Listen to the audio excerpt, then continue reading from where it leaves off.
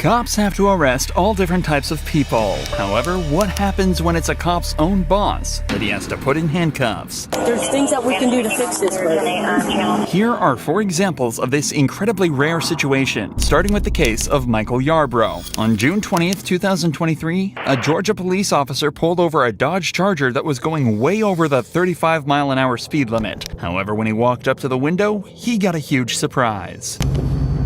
Really?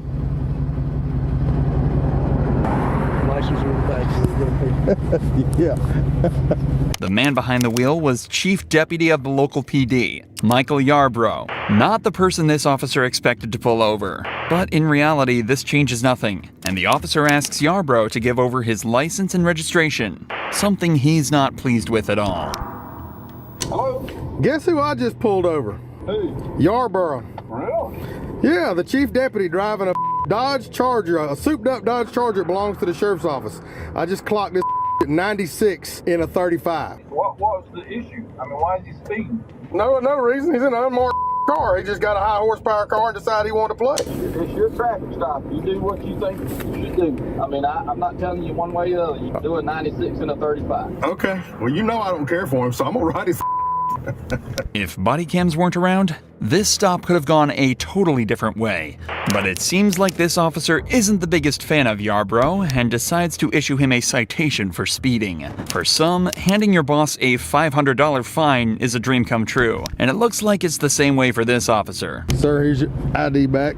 This is your copy of the citation. If you would sign right here. It's got a court date, time it's a must appear. Yes, sir. Please slow down and have a safe day. In Georgia, speeding tickets are priced based on how much you're exceeding the speed limit. For example, if you're over 24 miles an hour over, you're looking at $500 in fines. However, there's an extra super speeder charge you're liable to if you're going as fast as Yarbrough was. But it looks like this officer decided to mess with his boss even more, as this ticket excluded the extra fee, but instead required him to appear in court. After the incident, Yarbrough was also suspended for 40 hours without pay. However, that's just a fraction of what Corporal Scott Bertzik was hit with after crashing his car while drunk. Reached out for my lighter, slammed into his ass. Cool. No, not really. Not really. No. Are you okay? Oh yeah, no, I'm good. Your car's fucked up. No, absolutely. Which I just fucking fixed. Obviously, Brooke and Scott are familiar with each other, and curiously, Scott holds nothing back when describing exactly how the incident went down. It's clear that Scott is the one at fault here, so before going any further, Brooke decides to call back to the base to ask whether or not it's okay for her to be handling this incident. This crash, Birdie, so come work it? Okay. I can't remember. It's been a long time since I've worked a crash with one of us in it, so. No, he's not on duty. He's in his POV. I just didn't want there to be any, conflict of interest type issues. All right, that was it. I just wanted to make sure. All right, bye. Damn it, Birdie. Brooke is given the go-ahead and told that there should be no issues with her handling this case, but that was before she noticed this. You good? Wait. Huh? Wait on his way. He's not coming. Good? Walking home, but yep, I'm good. So, Birdie, you giving me some indicators? Oh, Listen. good woman. Listen. Valdez is coming out just to... I'm not going to lie to you about it. She's on her way? Yeah, she's on her way. I'm not really comfortable with this whole thing at all, but I'm not going to lie to you about it. Oh no, I don't mean to put you in that Indy. Yep. From now on, you know how it goes. You can't consume anything, okay? Because right now you're being detained. Wait, what? It's obvious that Scott is under the influence of something. Judging by his slurred speech, slowed reactions, and slight loss of motor control, Brooke is fairly sure he's been drinking. At this point, Scott is no longer her supervisor. He's just a suspect in a case, and what's more, he's drunk and likely unpredictable, a combination which can be incredibly threatening to a female officer. Please don't make my life difficult. I would never do that to you. Okay, I'm very uncomfortable right now. And I apologize for putting you in that position. Are you on? Yes, I am. And I'm going to remain on for integrity. You know you can't smoke right now. Why? Because if I'm going to do a DUI investigation, it impedes it, so you can't consume anything. I want to get that dog. This is a really cute dog. Fear aggression issue. You can always train a dog. You can't consume anything. You're killing me. Trying. What's too late now? After a short wait, another officer arrives at the scene, meaning they can finally start getting to the bottom of all of this with some sobriety tests. These lasted over 10 minutes, but it's not hard to tell how they went by just looking at a few seconds of them. You may begin the test. 1, 2, 3.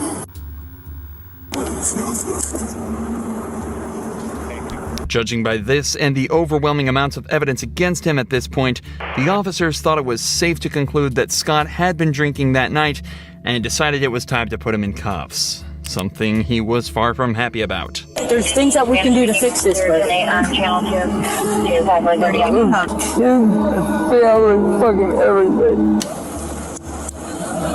It's got the hinge locks. okay. So, good to go?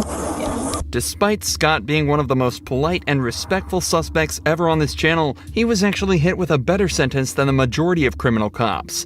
After blowing a .156 back at the station, he was charged with driving under the influence and damaging property. He was ordered to pay just under $1,000 in fines, serve 50 hours of community service, and take multiple substance abuse and DUI classes, and had his driver's license suspended for 6 months. He was also sued by the driver of the vehicle he hit, and a cash settlement was reached. And on top of all of that, he also was suspended without pay for a week and given a last chance agreement, meaning one more slip up and he was out for good. Realistically, that's exactly how one of these cases should be handled. But when New Mexico police were put in the same position, they instead showed just how corrupt America's cops can be. I'm not going to arrest you tonight. If you had any, I'd just say don't drive. This cop pulled over a truck in Lordsburg after suspecting the driver may have been drinking. However, after walking up to the window, he was hit with a wave of shock and disappointment. Hello. The reason I pulled you over because you were kind of swerving back there. You're good? The driver was the city's mayor, and this was the 3rd time she's been pulled over for this exact offense. And what's worse, she was driving like this with her foster child in the car. You have your registration and your insurance, please? You okay, bud? Yeah? We're all good. Just be quiet. The cops are now in an extremely awkward position, but after a short chat, they decide that they should proceed with the stop normally and do their jobs, at least for now. Hey, Glenda, you mind stepping out of the vehicle or if we go over if you pick her up on my unit real quick? How much have you had?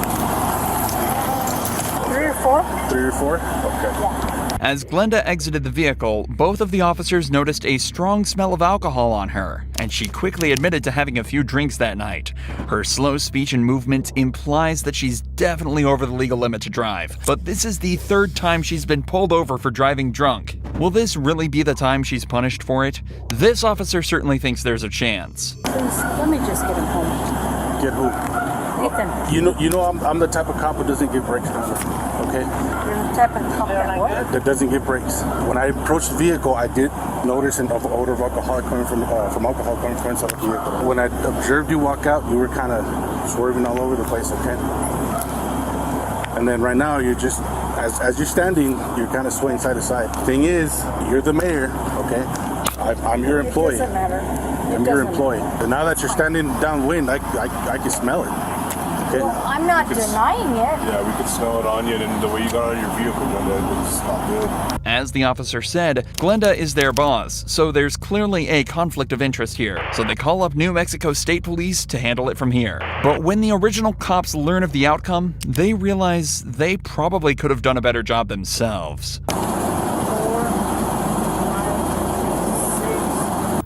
6. Doesn't matter. Your choice. So you're right there at that point. I don't think you're quite over the limit off of the clues that I saw, but I think you're right close to it. Where the limit might be .08, I think you're about a .06. My house is literally right around the corner. I'm not going to arrest you tonight. okay? But if you've had any, I just say don't drive. Somehow, despite all the clues that the first two officers picked up, the state cops decided she wasn't over the limit when they arrived and was therefore free to drive. Now, there's obviously the debate of corruption here, given that she's the mayor, but let's take his word as fact for now. The cop decided he thinks Glenda is at a .06 right now, but this was an hour after the initial stop was made. Taking into account that your blood alcohol level drops at a rate of around .015 an hour, Glenda was getting extremely close to the coveted .08 she'd be charged for. You may also be wondering why the cops didn't just use a breathalyzer to test her blood alcohol level immediately. The answer there lies in the Fourth Amendment. Cops have to provide probable cause that a driver is impaired before they're allowed to collect chemical evidence that proves this. That's what the sobriety tests are for. The combination of these two problems is what led to Glenda going home that night instead of to jail, why this is her third time being pulled over for this, and why it probably won't be her last. But unfortunately for this next boss, his employee wasn't so kind when it came to his DUI stop. Stay in your vehicle. Get back in your car. I'm drunk? No, I'm the captain. Huh? A what? Captain. Of what? The big. Don't reach in your pocket. Get back in your car. Have a seat. I will. I'm not. You been drinking tonight? I just got a ride. You been drinking tonight, sir? I'm a captain on the police department. What police department? Oklahoma City. What division? Investigations. How much we had to drink tonight, sir?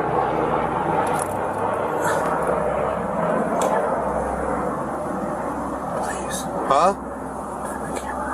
I'm not turning my camera off. Okay. This guy isn't just drunk. He's absolutely hammered, even to the point where he thinks the camera can't hear him whispering. But despite the captain's pleas, the officer refuses to turn off his camera and continues with the investigation. Go ahead and step out of the vehicle. You gotta be kidding me. How much we drink tonight, sir? I was at a poker game. Uh-huh.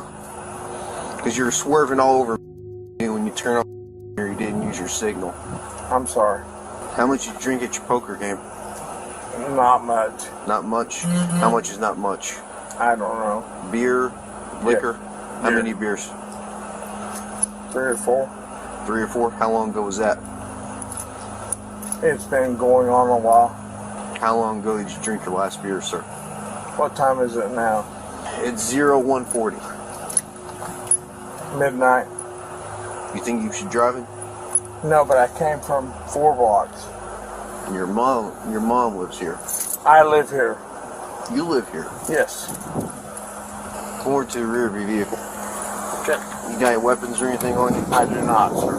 Those must have been a strong few beers, as not only was he stumbling over his words, but apparently also swerving across both lanes on his way home. The captain is then searched and told to stand in the open where he's tested on his balance and sobriety. Hands down by your side, please. Look straight ahead. You see the tip of my pen, sir? I do. I want you to follow the tip of my pen without moving your head, okay? Come over here where it's a little bit more level. I'm going to demonstrate for you first. While I'm demonstrating, I want you to stand with your feet together, hands down by your side, just like this. All right, sir? What's your name? Matt French. Matt French. Mr. French, stand just like that for me. When I tell you to begin, okay, I'm just going to demonstrate for you first. I want you to pick a foot of your choosing. It doesn't matter if it's your left or your right foot. I'm familiar. And I want you to lift it approximately 6 inches off the ground. And while you look at your toe, I want you to count by 1,000s, 1001, 1002, 1003, 1004, 1005, so on and so forth until I tell you to stop. At any point in time you lose your balance or your foot touches the ground, just go ahead and pick your foot back up and continue to count, okay? Do you understand these instructions I've explained to you, Mr. French? You may begin. 1,000.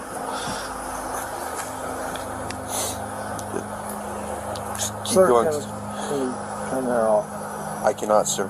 Please. I know you're aware of our body cam policy. You know I cannot turn off this body cam. I do, but I'd like to talk to you.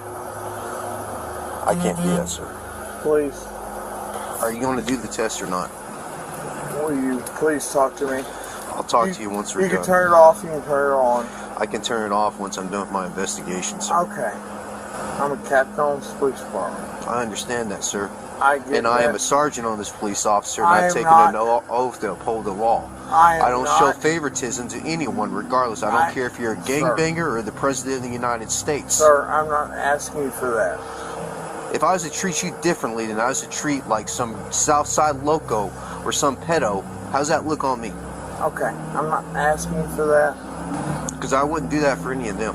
Even as the captain begs him to turn his camera off and just talk, the officer stands his ground and states that he has to treat everyone the same or his job and livelihood could be at risk. He's showing a fantastic amount of integrity that unfortunately we don't get to see too often, likely due to people like this trying to pull rank. They then continue with the third and final test, involving simply walking heel to toe for 10 steps. Alright, anytime you're ready, you may begin. 1, 2, 3, 4, 5, 6, 7, 8. 1, 2, 3, 4, 5, 6, 7, 8, 9. Alright, go ahead and turn around for me. Put your hands behind your back. Are you gonna arrest me, sir? Yes, I am. Can I talk to you? Go ahead and put your hands behind your back, sir.